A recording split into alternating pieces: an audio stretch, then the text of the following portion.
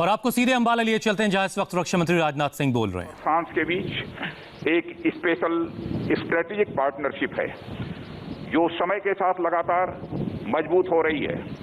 भारत की स्वाधीनता के बाद हमारे देश और फ्रांस के बीच वाइब्रेंट डिफेंस कोऑपरेशन डेवलप हुआ है। आपसी रक्षा सहयोग से हमारी एयरफोर्स ने फ्रेंच फाइटर एयरक्राफ्ट से अपने आप को न सिर्फ इक्विप किया है बल्कि अनेक मिशंस को सफलतापूर्वक अंजाम भी दिया है। 1965 के वार में पाकिस्तान के खिलाफ हमारी विजय इस बात की गवाह है।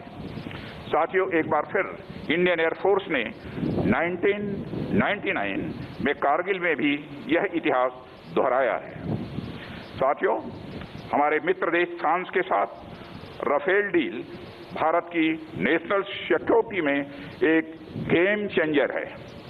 इसका लॉन्ग रेंज ऑपरेशन, अपने वजन के बराबर आर्मामेंट और एडिशनल फ्यूल कैरी करने की कैपेसिटी, शॉर्ट लैंडिंग ग्राउंड से ऑपरेट करने की एबिलिटी, हाई स्पीड जैसी खूबियां इसे दुनिया के बेस्ट एयरक्राफ्ट में से एक बनाती हैं।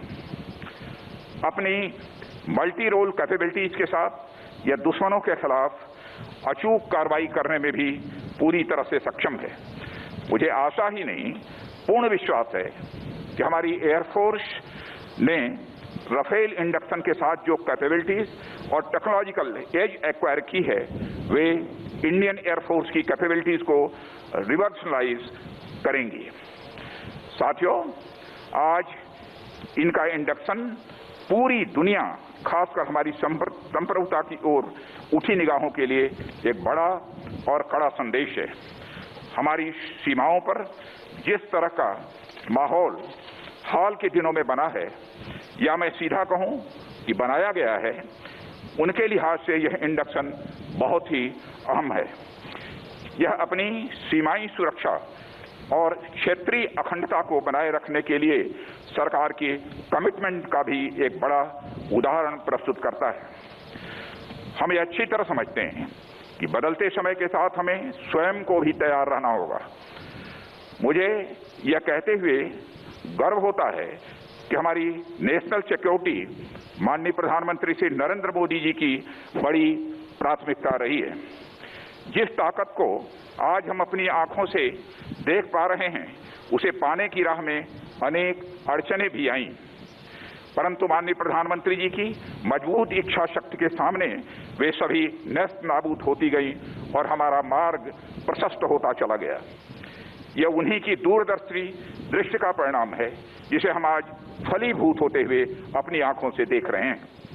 साथियों, हमारी रिस्पांसिबिलिटीज केवल अपनी टेरिटोरियल बाउंड्रीज तक ही सीमित नहीं है।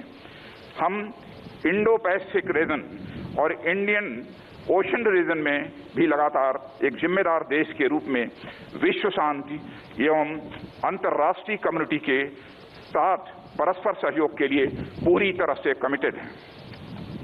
हमारी भूमिका इन क्षेत्रों में लगातार बढ़ रही है और इसकी सराहना भी हो रही है।